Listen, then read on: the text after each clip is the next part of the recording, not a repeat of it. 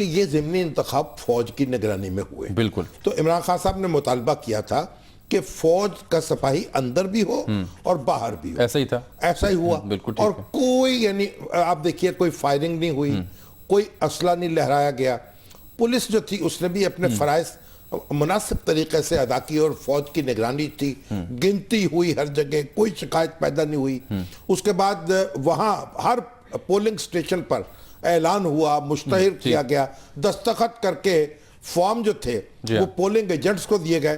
تو گویا کوئی شکایت پیدا نہیں ہوئی اور بخیر و خوبی یہ سارا عمل مکمل ہو گیا. یہ جو فوج کی نگرانی میں انتخابات کرانے کا جو رواج ہے, اس کے بعد کیا یہ اب ایک پیرامیٹر طے ہو جائے گا, بلدیاتی انتخابات میں بھی ضرورت پڑے گی ہمیں؟ دیکھیے بلدیاتی انتخابات تو کیونکہ 3 مرحلوں میں ہونے ہیں, تو اس لیے وہاں تو ضروری بات ہے کہ بلدیاتی انتخابات بھی فوج ہی کی نگرانی میں کرائے جائیں تاکہ ایک سکون تو آئے نا. ٹھیک. ایک دوسری بات یہ میں آپ سے عرض کروں, جب تک یہ پولیس کو آزاد نہیں کیا جائے گا انتظامیہ کی چنگل سے, اس وقت تک یہ مطالبہ ہوتا رہے گا کہ فوج کی نگرانی میں انتخابات کرائے. تو اس مطالبے میں پھر یعنی یہ بھی تو بات واضح ہو جاتی ہے نا کہ باقی جو ادارے ہیں یا عملہ ہے یا مشینری ہے حکومتی, وہ فیل ہے پھر ایک فیئر اینڈ فری الیکشن کروانے میں. یہ پولیس جو ہے لا انفورسنگ ایجنسی تو وہ ہے, انتظامیہ جو ہے, انتظامی افسر جو ہیں ان کو بھی آزاد کرنے کی ضرورت ہے. ٹھیک. یعنی یہ جو سیاسی ہماری حکومتیں ہیں ان کے رحم و کرم پر ہوتی ہے ان کی پوسٹنگ اور ٹرانسفر. جب پاکستان قائم ہوا تو ایسا نہیں ہوتا تھا, اب یہ تنزل ہے. اور یہ جو ہماری پولیس ہے نا, خاص طور پہ پنجاب میں اور سندھ میں یعنی پختونخوا میں تو بہت کچھ امپروومنٹ ہونے کی, اور اب تو وہ قانون سازی کر رہے ہیں تاکہ یہ انتظامی معاملہ نہ رہے. یہ ہماری جو پولیس ہے پنجاب میں اور سندھ میں اور ایک حد تک بلوچستان میں, یہ کولونیل پولیس ہے. اچھا, کولونیل پولیس. یہ غلام ملکوں میں اس طرح کی پولیس ہوتی ہے کیونکہ پولیس انتظامیہ کے تابع ہوتی ہے. اس کا کام انتظامیہ کی حفاظت کرنا ہوتا ہے, انتظامیہ کے خلاف جذبات کو دبانا ہوتا ہے. تو ہماری جو پولیس ہے ان کو استعمال کیا ہے انتظامیہ نے ایک اعلی کار کے طور پر سیاسی مخالفوں کے خلاف.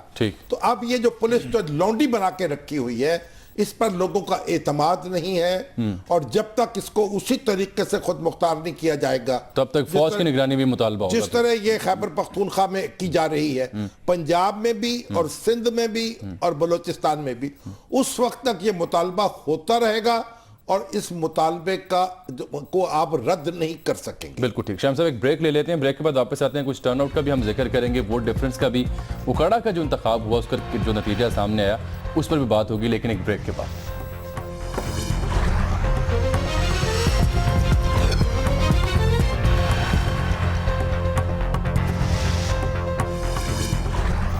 ویلکم بیک ناظرین. شامی صاحب یہ فرمائیے گا کہ پاکستان مسلم لیگ نون این 122 کی نشست تو جیت گئی لیکن 147 میں ہار گئی, تو اصل میں پھر جیتا کون یہاں سے؟ دیکھیے پہلی بات جیت ایک اگر آپ ایک نقطہ نظر سے دیکھیں جو الیکشن کیے کا جو ایک کریڈیبلٹی ہے اس کے اعتبار سے دیکھیں تو مسلم لیگ نون کو آپ کہہ سکتے ہیں کہ وہ جیت گئی. ٹھیک. دیکھیے پہلی بات یہ ہے کہ اس الیکشن میں نہ کوئی آروز تھے جن کا ہنگامہ اٹھایا تھا کہ دھاندلی کر گئے, نہ نگران حکومتی سیٹی صاحب کی, نہ کوئی 35 پنکچر لگے, نہ کوئی نادرہ کے اس کے شکایات پیدا ہوئیں. صحیح. اس کے باوجود جو ووٹ پڑا ہے, جو ووٹ پول ہوا ہے, دیکھیے 51.6% ووٹ جو ہے وہ پی ایم ایل این نے لیا تھا 2013 میں. بالکل ٹھیک جی. اس حلقے میں یعنی 93,000 ٹوٹل ہے. 93,000. ہاں جی.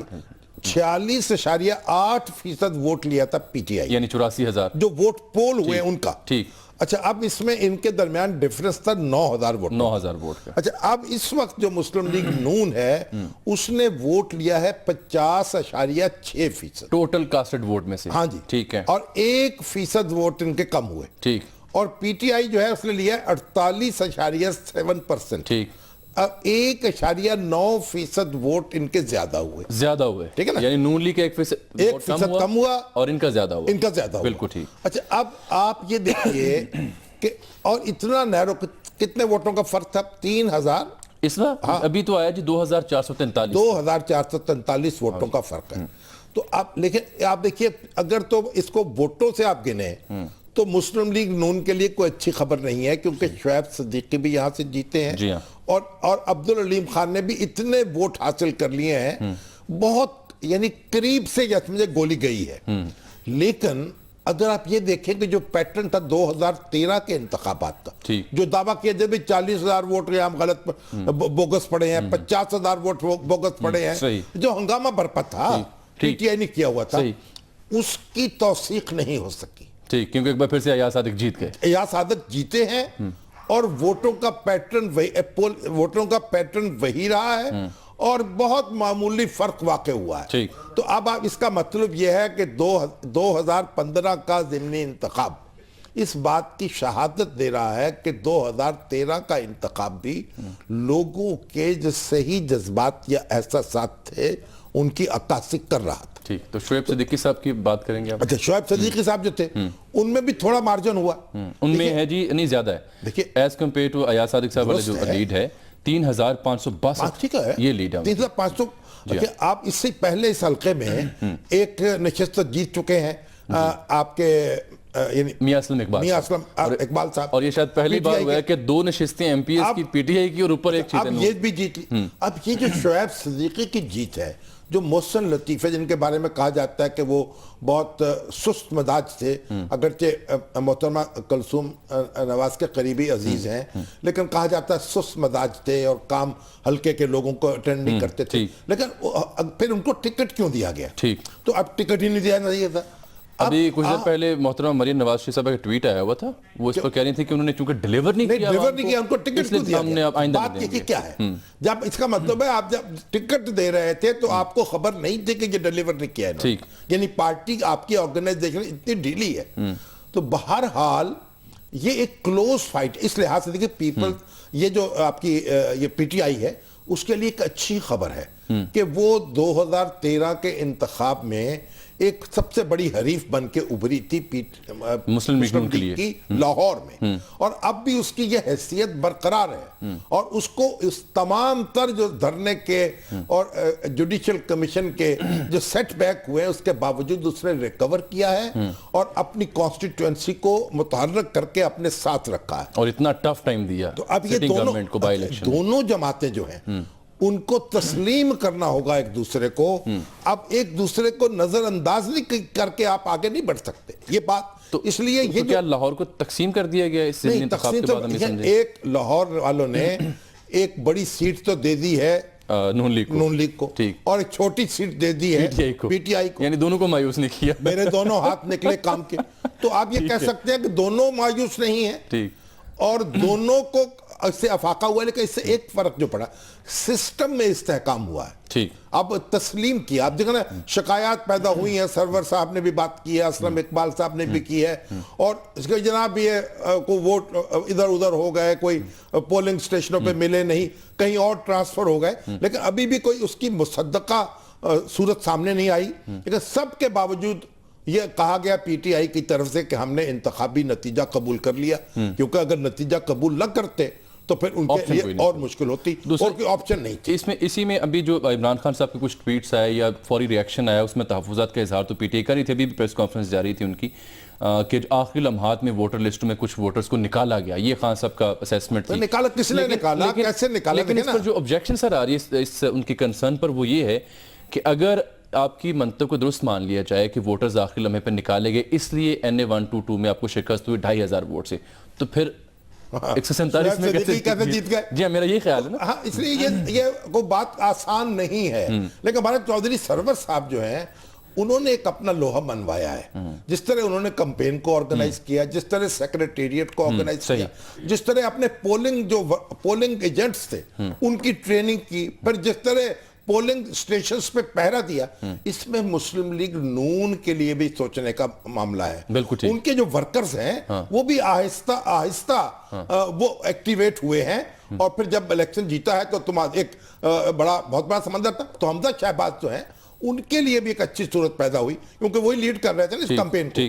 تو ان کے بھی جوہر کھل کے سامنے آئے. اور ایک انہوں نے دیکھیں ان کے ہاں بھی زبان جو ہے بے قابو نہیں ہوئی اس طریقے سے جتنی عابد شیر علی صاحب کے ہاں. ہاں جی، نہیں عابد شیر علی صاحب کے ہاں بھی ہے، حریفوں کے ہاں، یا شیخ صاحب کے ہاں. ہاں شیخ صاحب تو خیر ماشاءاللہ شیخ صاحب ہیں.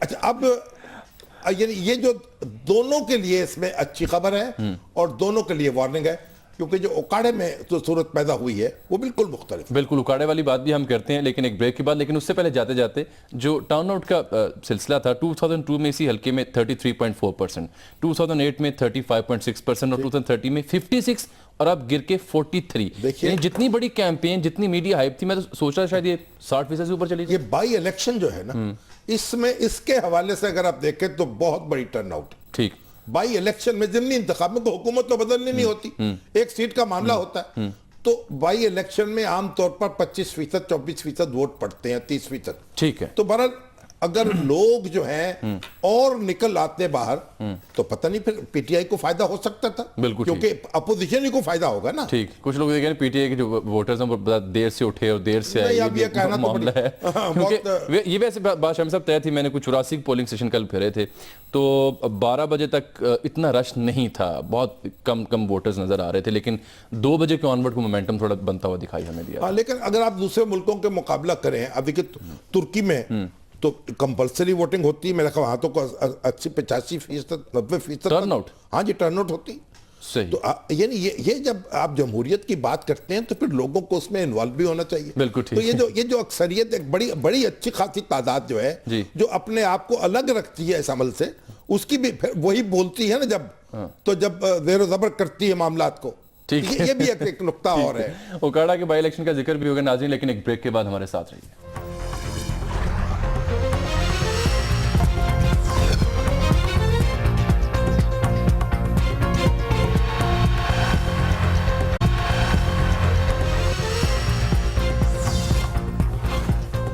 ویلکم ایک ناظرین، اب بات کرتے ہیں اوکاڑا کے ضمنی انتخاب کی۔ لاہور سے صرف 75 میل دور یہ شہر جہاں پہ انتخاب ہوا، اور شامی صاحب آزاد امیدوار جیت کے بالٹی کے نشان پر، نون لیگ کے امیدوار تقریباً آدھے ڈیفرنس سے دوسرے نمبر پر، اور پی ٹی آئی کے امیدوار اشرف سونا صاحب کی ضمانت ہی ضبط ہو گئی، یعنی 7000 سمتھنگ ان کے ووٹ بنے وہاں پر۔ مسلم لیگ نون کے امیدوار جو تھے جی علی عارف صاحب، علی عارف، ان کے والد صاحب تو ڈسکوالیفائی ہوئے تھے جعلی ڈگری کے عارف الزام چودھری میں۔ صاحب، جی ہاں، تو مسلم لیگ نون جو ہے اس کے کچھ سروے ہوتے رہے اس کے زیر اہتمام، اور ان میں مسلم لیگ نون کے جو ووٹ تھے وہ بہت بڑی تعداد میں معلوم ہوتے، یعنی کوئی مقابلہ نہیں تھا پی ٹی آئی کا اور مسلم لیگ نون یعنی کا، پچھلے ایک الیکشن پارٹی میں کے انہوں نے طور 1 لاکھ ووٹ لیا تھا پارٹی کے طور پر، جی پارٹی کے طور یعنی پر، کوئی 56 یعنی 60% ووٹر جو تھے اگر مسلم لیگ نون کے ہیں تو 7-8% جو تھے وہ پی ٹی آئی کے تھے۔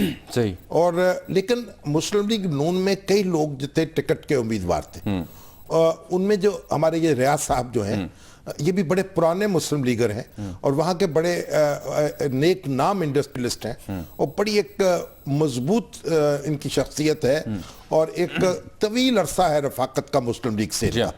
اور 2013 کے انتخابات میں بھی ان کو ٹکٹ نہیں دیا گیا تھا، تو اس کے بعد بڑا احتجاج ہوا تھا اوکاڑے میں، اور اب ضمنی انتخابات میں بھی ان کو ٹکٹ نہیں دیا گیا، لیکن اب انہوں نے گھر بیٹھنے پر آمادگی ظاہر نہیں کی، ان کے جو حامی تھے انہوں نے مجبور کیا کہ آپ الیکشن لڑیں۔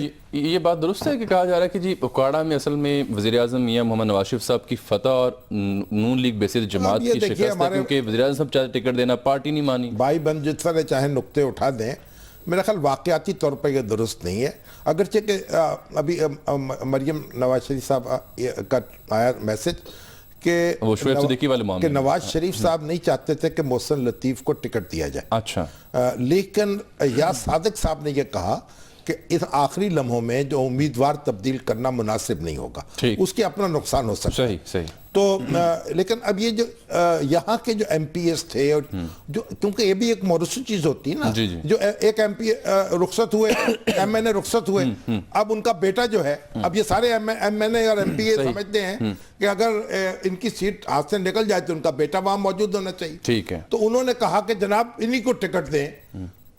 برابر اب ریاض صاحب نے مقابلہ کیا اور وہ ہمارے ساتھ ٹیلی فون لائن پر آن پہنچے۔ اب دلچسپ بات یہ ہے کہ اس کا جو اشرف سونا صاحب پیپلز پارٹی سے آئے تھے، اور شاہ محمود قریشی صاحب پر سارا ملبہ گر رہا ہے، کیونکہ یہ جو آپ جنوبی پنجاب ہے اس میں ساہیوال کو بھی شامل کر دیا گیا ہے، اگرچہ میں تو اس علاقے کا رہنے والا ہوں، ہمارا علاقہ تو نہیں چاہتا جنوبی پنجاب میں شامل ہوں، تو یہاں شاہ محمود قریشی صاحب کے پاس اختیارات تھے اور وہ جلسے میں بھی گئے فیصلہ تھے، کرنے کے، جلسے میں بھی اور گئے جس جلسے میں بھی گئے تھے اور فیصلہ کیا اور بغیر سوچے سمجھے کوئی اندازہ کیے انہوں نے اشرف سونا صاحب کو ٹکٹ دے دیا. اب وہاں کی جو پی ٹی آئی ہے، اب دلچسپ بات سنیے، وہاں کی جو پی ٹی آئی ہے اس کا جو پہلے راؤ خالد کینڈیڈیٹ تھے انہوں نے 19,500 ووٹ لیے تھے 2013 میں. جی ہاں، ان کی درخواست کو رد کر دیا گیا. راؤ سکندر اقبال کا جو بیٹا حسان نام ہے اس کا، یا حسن ہے، اس کو ٹکٹ نہ ملا اور انہوں نے ٹکٹ دے دیا اشرف سونا صاحب کو اور انہوں نے جناب ان کی ضمانت بھی ضبط ہو گئی، 4تھا نمبر ہے ان کا.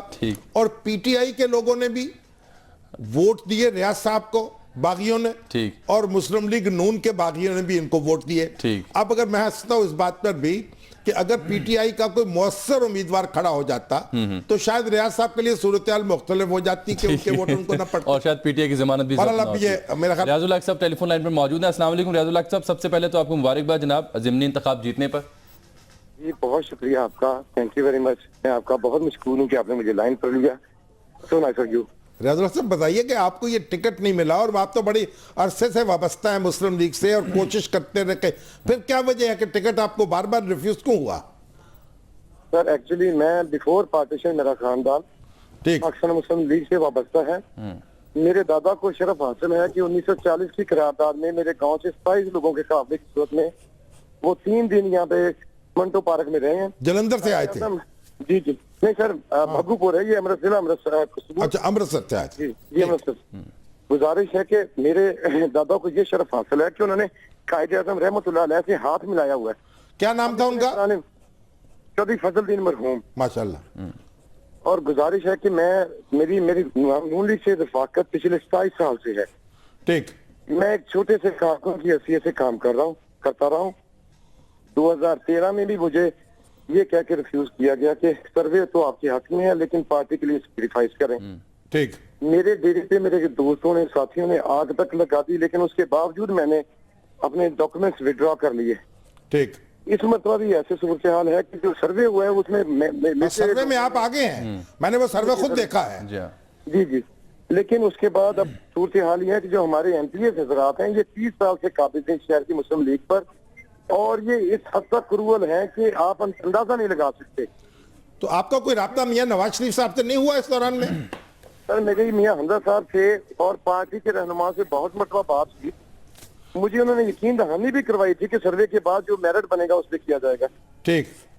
لیکن حالات یہ بنے کہ جو ہمارے ایم پی حضرات انہوں نے بلیک میلنگ تک گئے ہیں. ٹھیک.